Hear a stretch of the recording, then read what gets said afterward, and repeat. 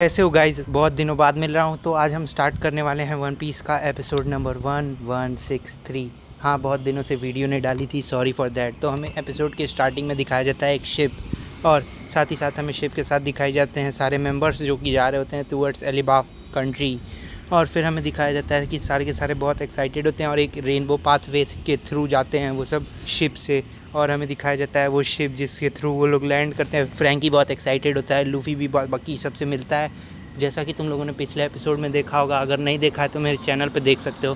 पिछले एपिसोड में हमें दिखाया जाता है कि लूफ़ी इन सब के साथ आ रहा होता है, बट वो अंडरवर्ल्ड में फंस जाता है। तो फिर वहाँ से वो ऊपर आता है और फिर हमें दिखाया जाता है सारे मेंबर्स से मिलाया जाता है। और हमें दिखाया जाता है कि निको रॉबिन का पुराना हेयर स्टाइल देखकर हम लोगों की जो नामी होती है वो काफ़ी खुश होती है, क्योंकि उसे भी निको रॉबिन का पुराना हेयर स्टाइल ज़्यादा पसंद था, बट मुझे तो नया वाला पसंद था। Never mind.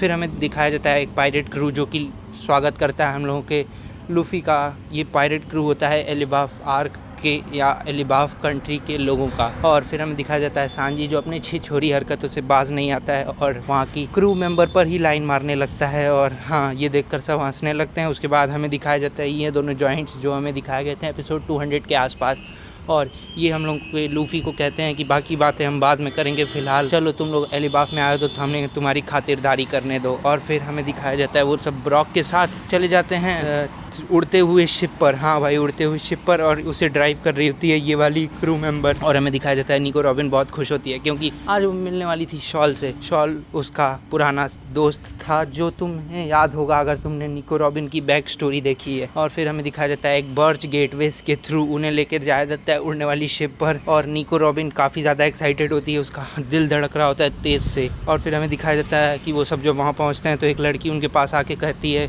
कि जो सॉल हैं, सॉल यानी कि जिससे रॉबिन मिलने गई थी, वो गिर पड़े हैं, कोलैप्स कर गए हैं, यानी कि अनकॉन्शियस हो गए हैं। फिर ये सब गुस्सा होने लगते हैं, एक एक करके कहते हैं कि इतने दिन बाद ऊपर मिलने आए हम, ऊपर से वो बेहोश हो गए। बट हम लोग की निको रॉबिन कुछ नहीं कहती है, बट एक अच्छी सी स्माइल पास करके जाती है सॉल के पास। और सॉल जब अनकॉन्शियस होने के बाद उठता है तो धुंधली यादों में उसे निको रॉबिन याद होती है।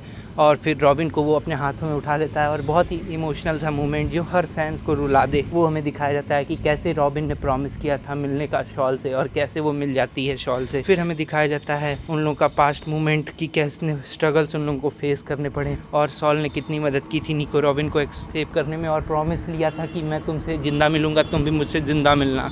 फिर हमें निको रॉबिन और उसके क्रू के हैप्पी मोमेंट्स दिखाए जाते हैं जो देखकर मुझे काफ़ी खुशी हुई, और सारे फैंस को भी खुशी होती है।